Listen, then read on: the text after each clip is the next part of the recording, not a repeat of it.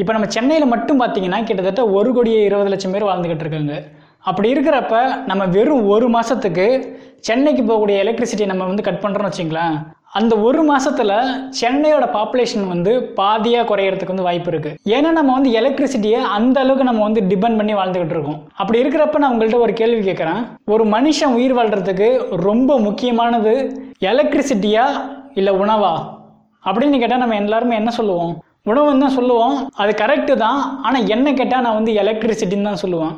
ஏன் அப்படின்னா நம்ம எலக்ட்ரிசிட்டின்னா நம்ம என்ன நினச்சிக்கிட்டு இருக்கோம்னா நம்ம வீட்டில் எரியிற எலக்ட்ரிக் பல்பு, டிவி, லேப்டாப், இந்த மாதிரி மொபைல் ஃபோன், இந்த மாதிரி எலக்ட்ரானிக் அப்ளைன்சஸை ரன் பண்ணுறதுக்கு தேவையான ஒரு விஷயம் தான் எலக்ட்ரிசிட்டின்னு நம்ம நினச்சிக்கிட்டு இருக்கோம். அது உண்மை கிடையாது. ஆனால் உண்மையில் எலக்ட்ரிசிட்டி மட்டும் இல்லாமல் இந்த மாதிரி நம்மளால் பேச முடியாது, எதையும் நம்மளால் கேட்கக்கூட முடியாது, ஈவன் நம்மளால் எந்த ஒரு விஷயத்தையும் பார்க்கக்கூட முடியாது. ஏன்னா வெளிச்சம் அப்படின்றதே எலக்ட்ரிசிட்டி அண்ட் மேக்னட்டிசம் இது ரெண்டும் சேர்ந்து கலந்து உருவான எலக்ட்ரோ மேக்னெட்டிக் வேவ் அப்படின்ற ஒரு ப்ராப்பர்ட்டி. அது மட்டும் இல்லை, இந்த மாதிரி நம்ம கையை அசைக்கிறதுக்கு, நம்ம இதயம் துடிக்கிறதுக்கு, நம்ம மூளை ஒரு விஷயத்தை சிந்திக்கிறதுக்கு எலக்ட்ரிசிட்டி தேவை. சூரியன்லேருந்து வரக்கூடிய சன்லைட்டை யூஸ் பண்ணி தான் மரம், செடி, கொடிலாம் வளருது. அப்போது எலக்ட்ரிசிட்டி இல்லாமல் நம்ம பூமியில் ஒரு புல்லு கூட முளைக்காது. இது எல்லாத்துக்கும் மேலே ஃபஸ்ட்டு நம்ம பூமியே இருக்காது. ஏன்னா ஒரு ஆட்டம் உருவாகணும் அப்படின்னாலே பாசிட்டிவ் அண்ட் நெகட்டிவ் சார்ஜ் அப்படின்ற எலக்ட்ரிசிட்டி வந்து கன்ஃபார்மாக தேவை. அப்போ கன்க்ளூஷன் என்னென்னா எலக்ட்ரிசிட்டி இல்லாமல் இங்கே எதுவுமே இல்லை அப்படின்னு சொல்லக்கூடாது, இருந்தாலும் சொல்லலாம். நான் எலக்ட்ரிசிட்டியை வந்து ரொம்ப ஓவராக எக்ஸாஜரேட் பண்ணி சொல்கிற மாதிரி உங்களுக்கு ஒரு வேளை தோணலாம்.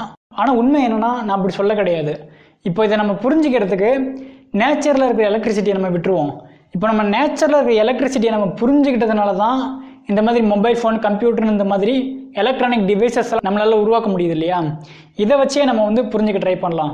இப்போது இந்த வீடியோவை நான் எங்கள் வீட்டில் நான் நின்று பேசிகிட்டு இருக்கேன்.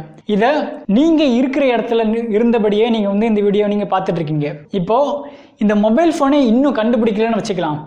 இப்போ நீங்கள் என்ன பண்ணணும் அப்படின்னா இந்த மொபைல் ஃபோன் என்ன வேலை பண்ணுதோ அதே மாதிரியான ஒரு டிவைஸை நீங்கள் வந்து கண்டுபிடிக்கணும்.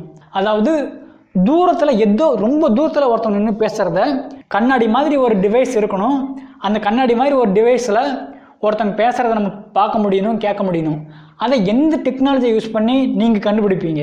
அதை எந்த டெக்னாலஜி யூஸ் பண்ணி இதே விஷயத்தை சாத்தியப்படுத்துவீங்க? இந்த வீடியோவை பாஸ் பண்ணிட்டு கூட கொஞ்சம் நேரம் உட்காந்து யோசிச்சு பாருங்க. இதை நம்ம யோசிச்சு பார்த்தாலும் நம்மளுடைய அறிவுக்கு இதை எப்படி நம்மளால் பாசிபிள் பண்ண முடியும் அப்படின்னு நம்மளால இதை கற்பனையே பண்ண முடியாது இல்லையா? அப்போ என்னன்னா இப்போ நம்ம கையில் இருக்கிற இந்த மொபைல் ஃபோனே வந்து நம்ம கற்பனைக்கு அப்பாற்பட்ட ஒரு விஷயம். அந்த கற்பனைக்கு அப்பாற்பட்ட ஒரு விஷயத்த நேச்சரில் இருக்கிற எலக்ட்ரிசிட்டியை நம்ம புரிஞ்சுக்கிட்டது மூலியமா உருவாக்கின ஒரு டிவைஸ். அப்போ நம்மளுடைய கற்பனைக்கு அப்பாற்பட்ட ஒரு விஷயத்த ஒன்று பண்ணுதுன்னா அதை நான் வந்து எக்ஸாஜரேட் பண்ணி சொல்ல கிடையாது. அது வந்து எக்ஸாஜரேட் பண்ணி சொல்கிற மாதிரி தான் அது ஆக்சுவலாக இருக்குது. இப்போ இதை உங்ககிட்ட சொல்கிறதுக்கான காரணம் என்னென்னா நம்ம சேனலில் வரப்போகிற எலக்ட்ரானிக் கோர்ஸினுடைய இன்ட்ரோடக்ஷன் வீடியோ தான் இது. நோட்டிஃபிகேஷன் ஆன் பண்ணி ரெடியாக வச்சுக்கிங்க. வீடியோஸ் நிறையா வந்துக்கிட்டே இருக்குது. நன்றி.